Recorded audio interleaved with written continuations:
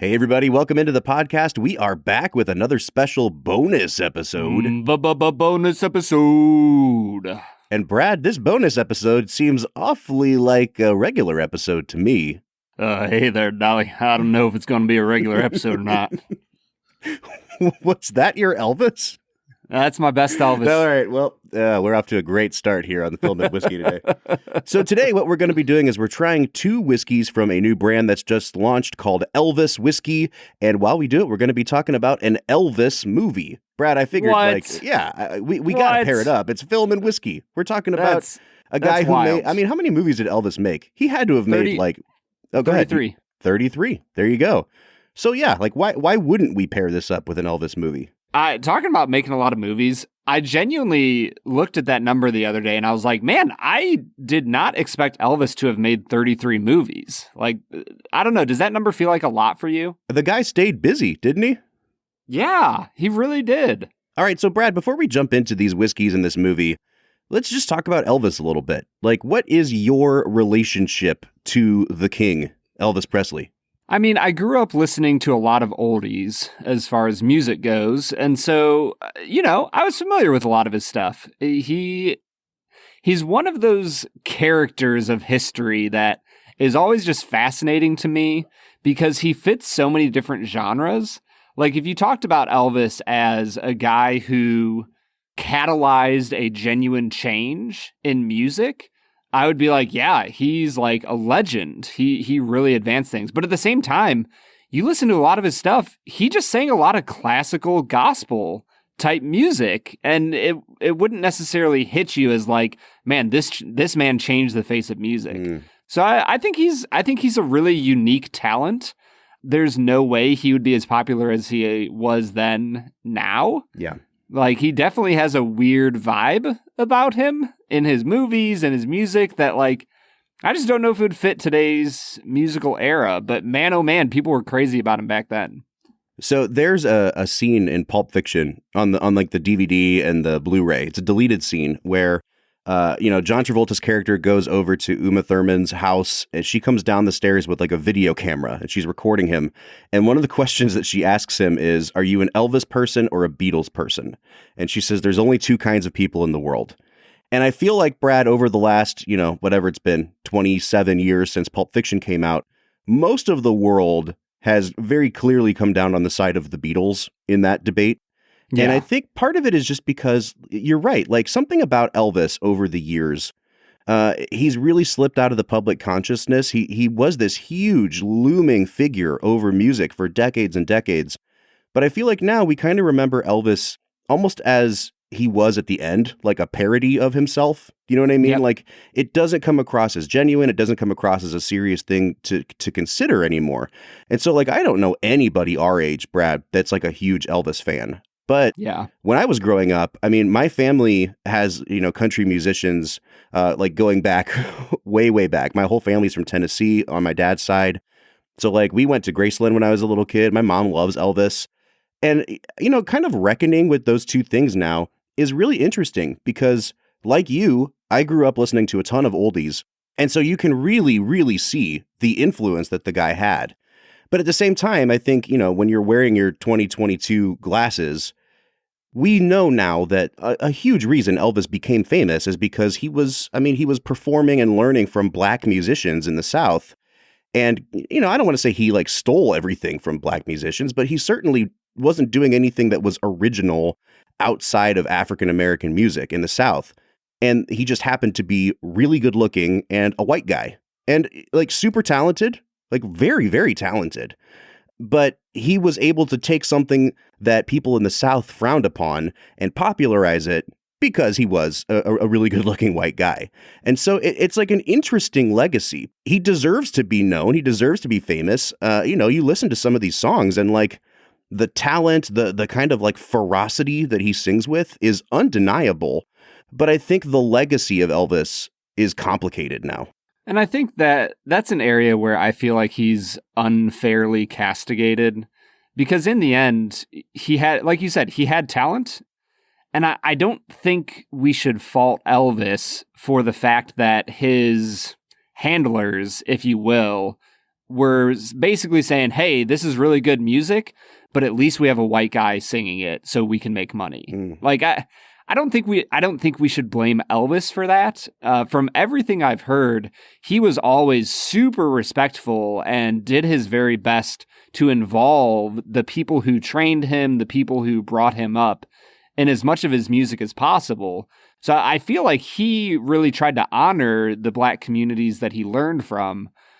And so I don't know, if anything, it comes back to the fact that a lot of the big corporate musical companies have been and still are very corrupt and not great. Very much so.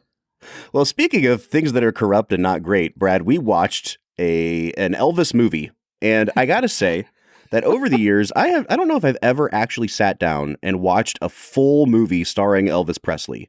When I was younger, I remember back in the early days of DVDs, somebody gave my mom like a counterfeit bootleg version of the movie Viva Las Vegas. And I think I watched a little bit of it, but it was like, in 240p, and it was in like the wrong aspect ratio, so the image was stretched out. It was a horrible looking movie. I never finished it. And so I don't think I've ever seen an Elvis movie. And when we sat down, Eight-year-old Bob was like, give me Citizen Kane or give me nothing. You're darn right I was, man. So, when we sat down and decided what movie do we want to watch, because Elvis doesn't quite have as much cultural cachet as he used to, it was kind of like, which one do we think people might recognize? And I kind of said, Brad, I think we should either do Viva Las Vegas or we should do Jailhouse Rock. And so we just kind of landed on Jailhouse Rock. I think the title song in that movie, that performance, is kind of iconic, the imagery from it. And so I think if nothing else, people will know, Elvis in that kind of black denim jacket doing the Jailhouse Rock number. I don't know, Brad, have you ever seen an Elvis movie before, this recording? I remember watching maybe one or two as a little kid with my dad, but honestly, no. I would consider this the first time I've ever sat down and watched a full Elvis movie. Listen, Sonny, you don't own that song. It's a published tune. Anyone can record it. You turned it down.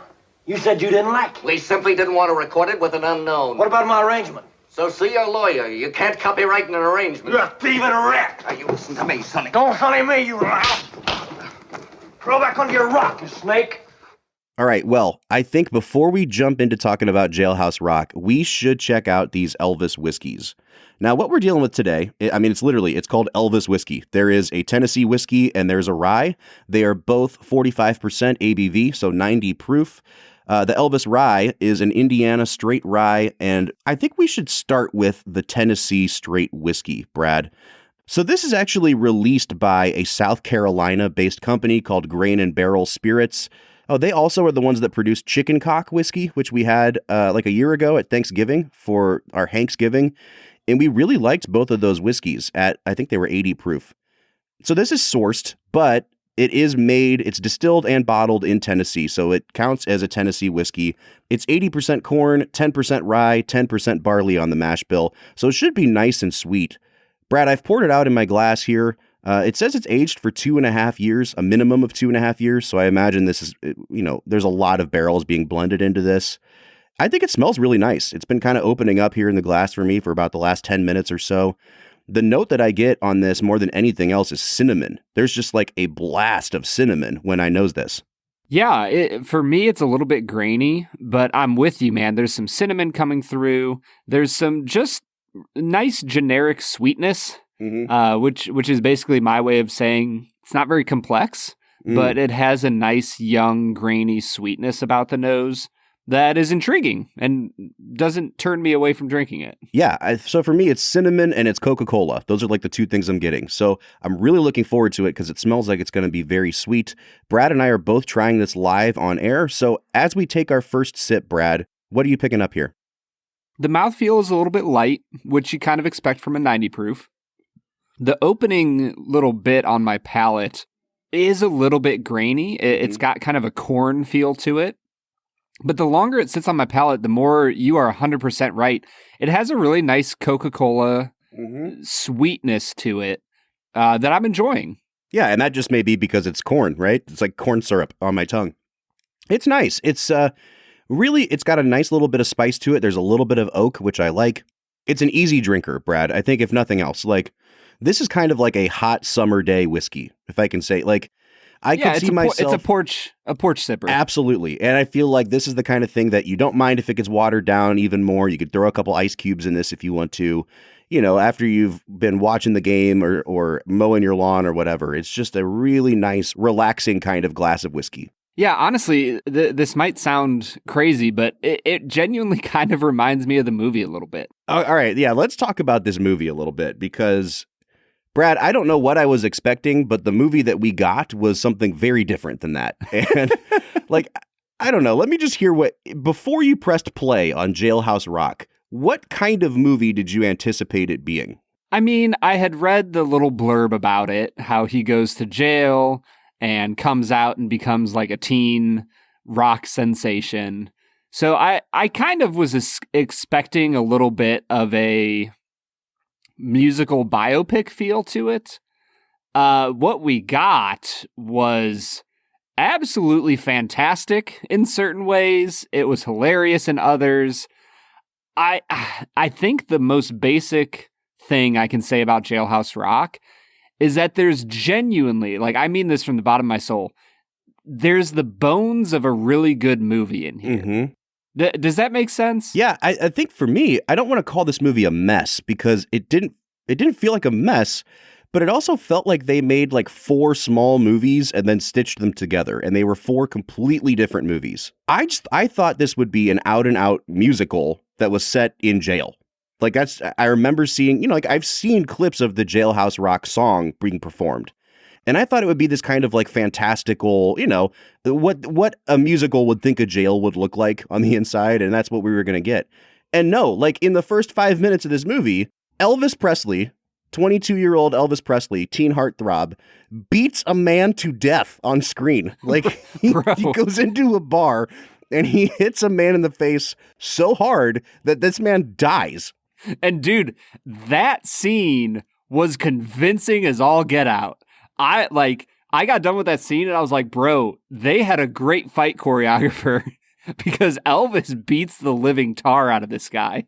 And the look on that guy's face when Elvis throws the final punch, like, it looks like Elvis just killed him. It was so convincing. I had not watched the movie yet, and then out of the blue, I get a ding on my phone, and I look at it, and it's a text from Brad, and all it said was, bro, Elvis just beat the living out of this guy. And I was like, what's going on? I have to watch this movie. So yeah, the setup for the movie is Elvis beats a man to death and gets sent to jail for a year, you know, as you do. Know. It's the South in the 50s. Must be in Texas. Right, exactly. Goes to jail for a year. And then you get what honestly is my favorite part of the movie, which is like this 20-minute sequence where Elvis is in prison and like learning the ropes. And it's very Shawshank Redemption. It's very much like they're talking about fresh fish and how you trade in cigarettes. And he's kind of learning to trust people and kind of learning when to go out on his own. And I was like, hell yes, a gritty prison movie where Elvis also sings once in a while. I am totally on board. Also, his cellmate's name is Hunk. Which is a misnomer. The best thing in the world. I don't know if I'd call him Hunk. Yeah. So, okay, but then what happens is Elvis gets out of jail, and I'm like, we haven't sung Jailhouse Rock. Like, what's going to happen now? Is he going to like murder someone else and get sent back? I was fully expecting him to just go beat another man to death. Well, especially because the next scene is him, you know, singing a song at a bar. And this dude just like not quite heckling him, but not paying any attention. I was like, oh, he's about to go back to jail. this man is about to get beat to death in front of our eyes. And that didn't happen. It turned into kind of like a subgenre that you got in the late 50s, which was the film about the way that fame corrupts people. So like you have movies like Sweet Smell of Success or A Face in the Crowd. This movie really fits right in. It has that sort of like Elia Kazan or Billy Wilder, like cynicism to it. And Elvis's character, Brad, is just such a dick throughout the whole movie. And I really struggled with this movie after Elvis gets out of jail. Hey, look, I just saw you writing down some figures in your little book, and I wondered what you were doing. So don't get any fancy ideas about yourself. Oh, I see. Well, I'm afraid I misunderstood. I'm afraid you did. Well, if you buy me a fresh drink, I'll tell you about the figures. Buy your own drink. Is yours the approved manner with ladies in the backwoods? Yeah, I think that, like you said, it feels like 3 or 4 different movies in one. And I think that if they had stuck with 2 movies, just the prison and then him becoming a star, maybe that could have worked. But it felt like they were asking so much out of Elvis. He had to balance this romantic relationship with Peggy Van Alden, played by Judy Tyler. He had to struggle with, his prison life with Hunk and the contract he signed with him. He had to manage becoming a musical star and trying to fight the system to become, successful. And then he had to struggle with, okay, now I am a star and I'm getting into movies. And how do I deal with, the stardom of being a movie star? And it just felt like they asked him to do a lot in this movie. And if I'm being honest, Elvis, at his best in this movie, was like a B+ actor. But because they asked him to do so much, he comes across as an actor without much range throughout a lot of it. Yeah.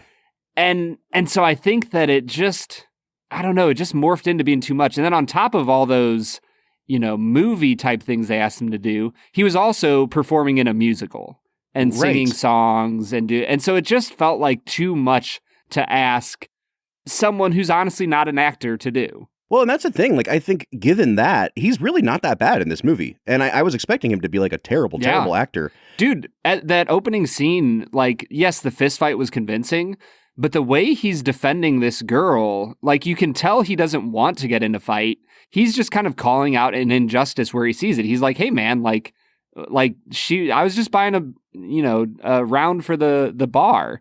And you can tell that he's trying to defend her and keep her from getting into trouble. Mm-hmm. I thought he did it extraordinarily well. Well, I was like totally convinced. Yeah, and I think this character that he's playing is supposed to be, in some ways a dim-witted guy. And Elvis, like, I think you can watch this movie and be like, well, doesn't Elvis seem dumb? But like, I think he really is honestly playing this character as like, a down on his luck kind of simpleton who's had a bad break.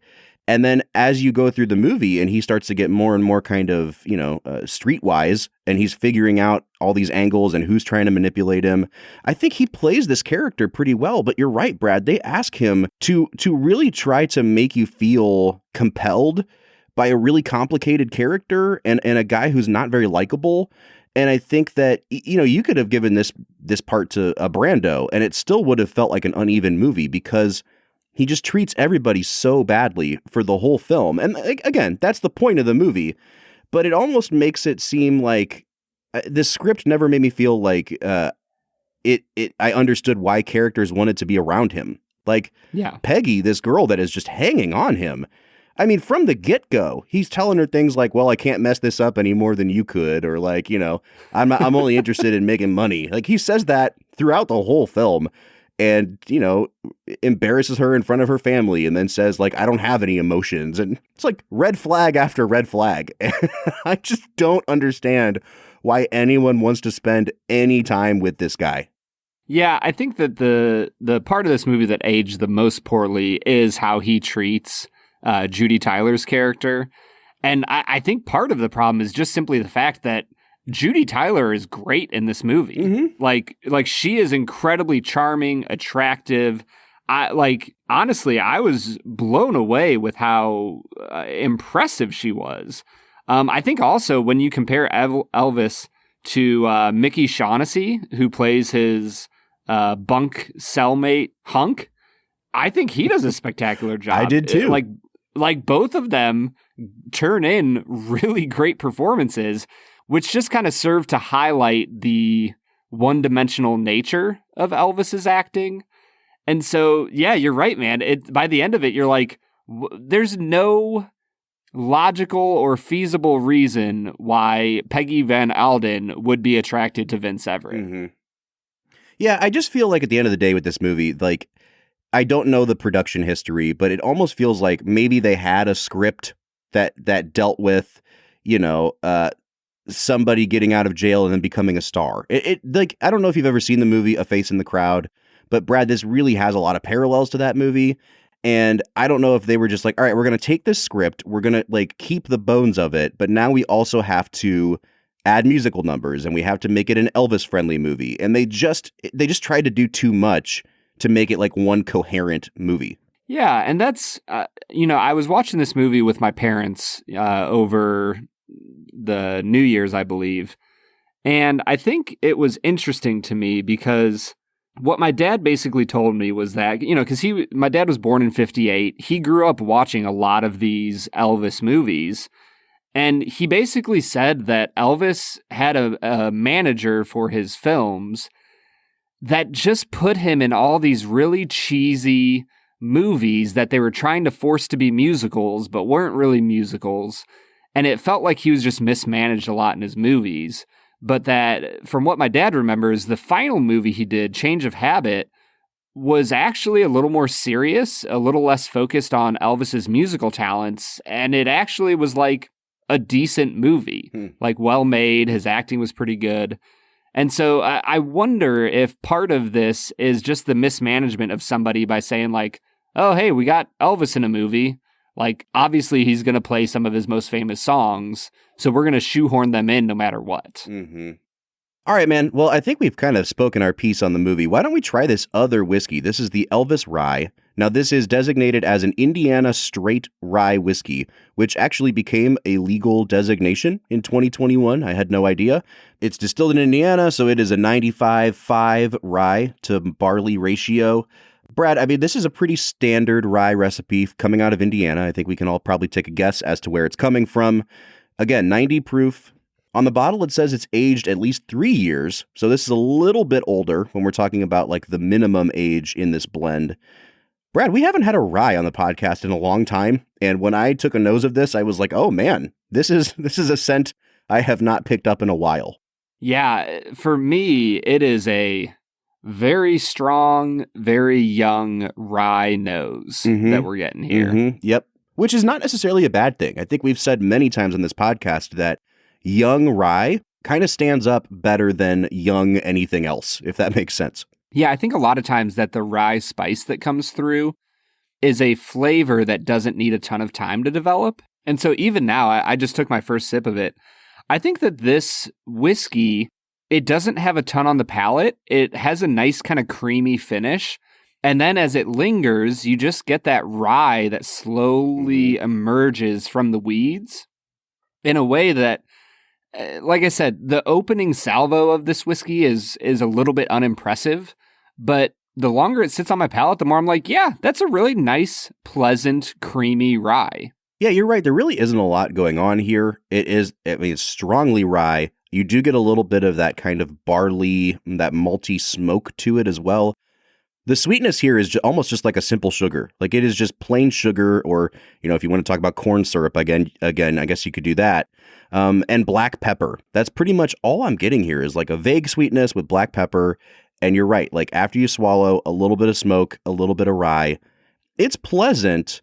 But again, like when we were talking about the whiskey and sitting on the back porch and, kind of throwing it in a glass over a couple ice cubes, I don't know if this rye would stand up to any more dilution than this, Brad, because there's just not a lot of sweetness.